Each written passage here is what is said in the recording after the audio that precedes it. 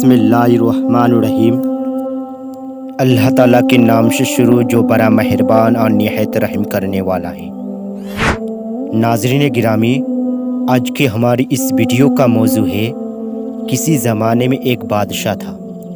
ایک ملک کا بادشاہ بہت رحم دل اور نیک تھا، رعایا کے حق میں بہت اچھا تھا۔ چنانچہ تمام رعایا اس سے محبت کرتی تھی اور اسے خوف دعائیں دیتی تھی۔ اسی ملک کے ایک دور دراز گاؤں میں ایک کسان رہتا تھا جس کی یہ خواہش تھی کہ اپنی نیک دل بادشاہ کی زیارت کی جائے اور اسے کوئی تحفہ دیا جائے۔ اس نے اپنی بیوی سے مشورہ کیا کہ میں بادشاہ کو ملنے کے لیے جانا چاہتا ہوں اور میری خواہش ہے کہ میں اسے کوئی تحفہ بھی دوں۔ تم مجھے مشورہ دو کہ میں بادشاہ کے لیے کیا تحفہ لے کر جاؤں۔ بیوی نے کچھ دیر سوچا اور کہا کہ بادشاہ کے پاس تو ہر چیز ہوگی، ہم اسے کیا تحفہ دے سکتے ہیں۔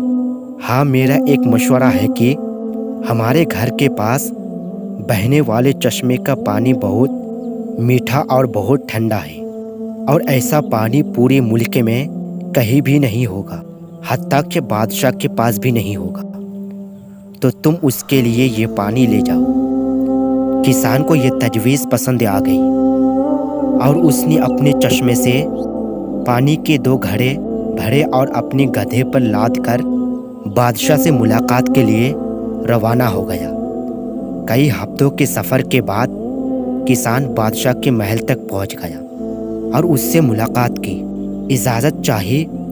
اجازت ملنے پر بادشاہ کو تحفہ پیش کیا اور اسے بتایا کہ یہ میرے گاؤں کے چشمے کا پانی ہے اور ایسا میٹھا اور ٹھنڈا پانی آپ کو پورے ملک میں نہیں ملے گا۔ بادشاہ کے اشارے پر وزیر نے گھڑے کا ڈھکن اٹھایا تو کئی ہفتوں کے سفر کی وجہ سے پانی میں بدبو پیدا ہو گئی تھی۔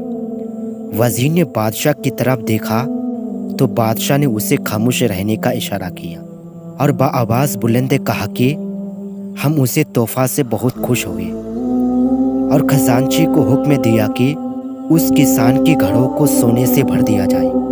کسان بہت خوش ہوا۔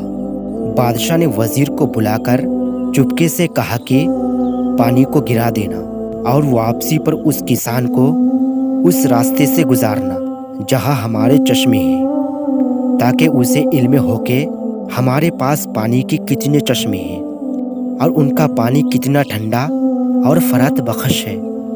چنانچہ جب کسان کو انعامات دینے کے بعد ان چشموں کے پاس سے گزارا گیا تو وہ سمجھ گیا کہ اس کا تحفہ کتنا حقیر تھا، لیکن بادشاہ نے اس کے حقیر تحفے کو بھی قبول کر کے اسے انعام سے نوازا۔